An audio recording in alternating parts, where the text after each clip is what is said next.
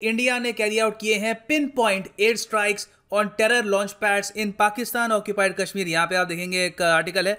उसके अलावा एक और आर्टिकल है द इकोनॉमिक टाइम्स का, India carrying out pin point strikes on terror launch pads inside Pakistan occupied Kashmir. और यहाँ पे कह रहे हैं कि ये न्यूज़ आई है फ्रॉम गवर्नमेंट सोर्सेज। तो हिंदी, इंग्लिश, आउटलुक, दुनिया भर के जो यहाँ पे न्यूज़ आउटलेट्स हैं इंडिया में, सबने मिलकर ये न्यूज़ कवर करी कि इंडिया ने एयर स्ट्राइक्स कर दिए हैं इन पीओके। मगर ये जो न्यूज़ हैं, जो भी वीडियोस हैं, बाय द वे इस पर आपको वीडियोस भी मिलेंगी ऑनलाइन, तो जो भी ये वीडियोस हैं they are based on wrong information.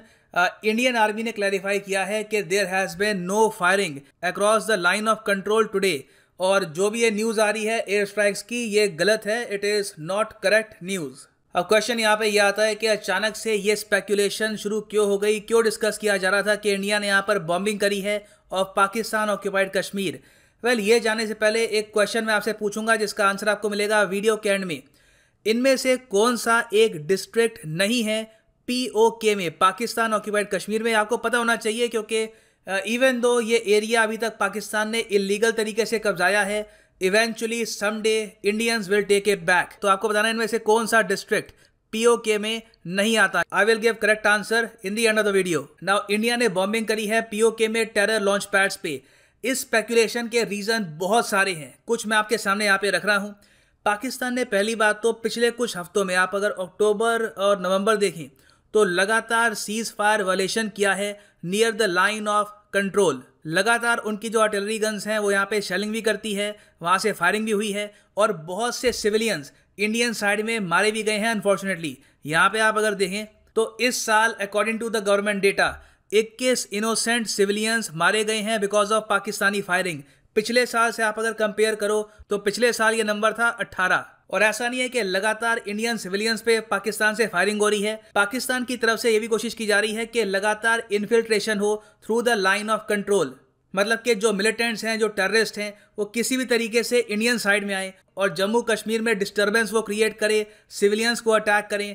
अभी के लिए सिचुएशन जो कुछ हद तक कंट्रोल में है, इसको वर्स करना वो स्टार्ट करें। तो भारत सरकार का जो डेटा है उसके हिसाब से अब तक 8 ऐसी इन्फिल्ट्रेशन बिड्स रोकी गई हैं और 14 टेररिस्ट जो कोशिश कर रहे थे पाकिस्तान ऑक्यूपाइड कश्मीर से इंडिया में आने की और यहाँ पे आतंकवाद फैलाने की, उनको न्यूट्रलाइज, मतलब कि उनको मारा भी गया है। हाँ, ये सब तो हमने बात करी है नंबर्स की, डेटा की।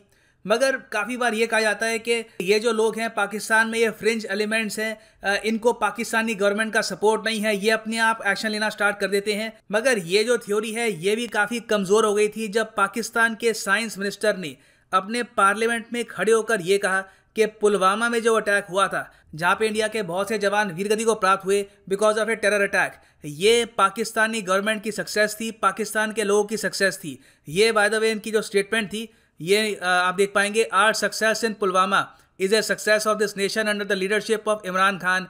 और बाकी पाकिस्तानियों को ये कह रहे थे कि हम सबको इससे प्राउड होना चाहिए। अब ऑब्वियस ही बात है, इनकी जो स्टेटमेंट है बहुत अजीब है। ये ओपनली क्लेम कर रहे हैं कि पुलवामा में जो टेररिस्ट अटैक हुआ है ये इन्होंने ही किया है। बाद में इन्होंने कहा कि नहीं, मैं पुलवामा की बात नहीं कर रहा था, हम तो बात कर रहे थे ऑपरेशन स्विफ्ट रिटॉर्ट की, जहां पे हमने इंडिया पर एयर स्ट्राइक्स करी थी। मगर जो एयर स्ट्राइक्स करी थी वो पुलवामा के आसपास भी नहीं थी। पुलवामा आपको काफ़ी डीप मिलेगा इन जम्मू कश्मीर। तो यहाँ पे ऑब्वियसली जब ये कह रहे हैं कि पुलवामा में जो हमला था वो हमारी सक्सेस है, तो ये क्लेम ही कर रहे हैं वो टेरर अटैक। और इस तरीके से एक सिटिंग कैबिनेट मिनिस्टर पाकिस्तान का ये क्लेम करे कि इंडिया में जो टेरर अटैक हुआ है ये हमने करवाया है, ये अपने आप में काफ़ी एक बड़ा रीज़न देता है इंडियन स्टेट को एक्ट करने का against Pakistani terror camps inside PoK या फिर इवन इनसाइड पाकिस्तान। फिर इसके अलावा आप अगर देखें तो पाकिस्तान का एक लगातार टैक्टिक चलता आ रहा है कि जहां पर वो एफएटीएफ को फूल करने की कोशिश करते हैं स्मॉल एक्शन से। अब जैसे कि रिसेंटली पाकिस्तान की कोर्ट ने ये एक फैसला सुनाया है कि हाफिज सईद जो एक आतंकवादी है, यूएन डेजिग्नेटेड टेररिस्ट है इन पाकिस्तान,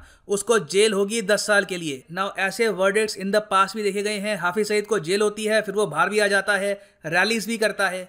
और ज़्यादातर इस टाइप के जो वर्डिक्ट होते हैं वो बस एफएटीएफ के लिए होते हैं, ताकि किसी भी तरीके से पाकिस्तान ग्रे लिस्ट से एक बार बाहर आ जाए या फिर एटलीस्ट जो एफएटीएफ की ब्लैक लिस्ट है उसमें शामिल ना हो जाए। फिर इस सब के अलावा देखिए एक और बहुत ही बड़ा रीज़न था स्पेकुलेशन का कि लास्ट टाइम जब हमने बॉम्बिंग करी थी बालाकोट में, ना बालाकोट तो आपको मिलेगा पाकिस्तान के अंदर, उससे कई साल पहले इंडिया ने सर्जिकल स्ट्राइक्स भी करी थी इनसाइड पाकिस्तान ऑक्यूपाइड कश्मीर। तो पीओके में सर्जिकल स्ट्राइक्स पर इंटरनेशनल रिएक्शन ना के बराबर आया।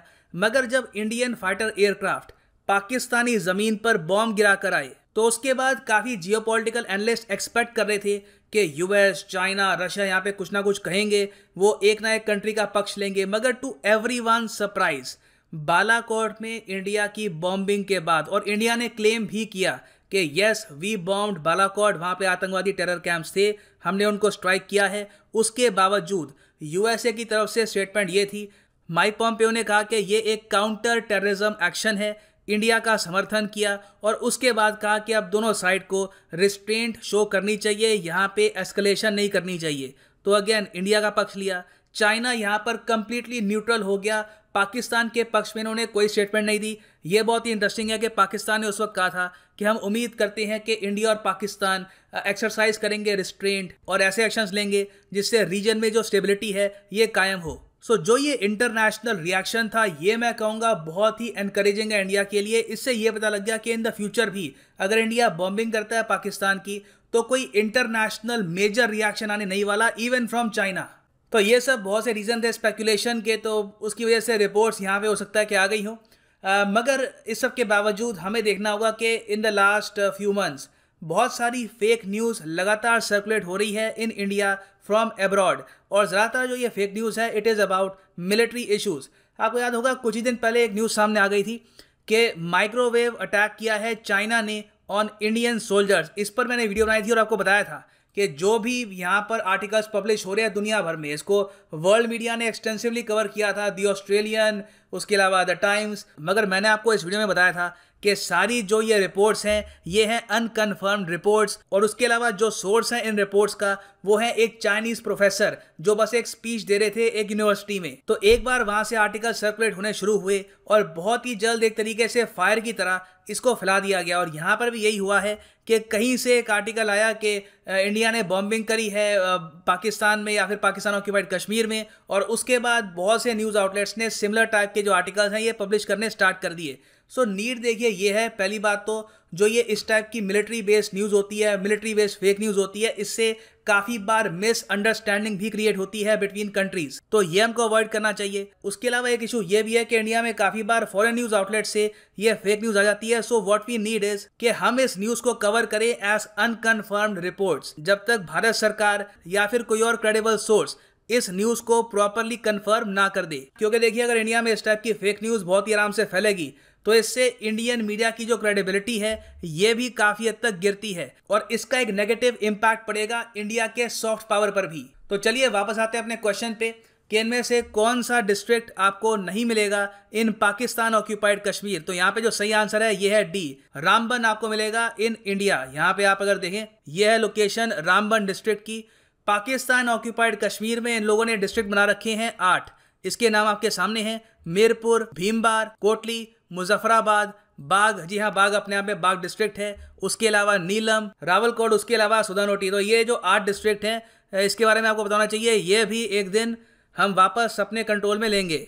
और फाइनली यहाँ पे मैं मेंशन करना चाहूँगा, आप किसी भी एग्जाम की तैयारी कर रहे हैं, चाहे IIT हो, गेट हो, NEET हो, UPPSC हो, अनअकैडमी के प्रोफेशनल कोर्सेज के साथ आप अगर चाहते हैं प्रेपरेशन करना तो आप यूज़ कर सकते हैं कोड PD10।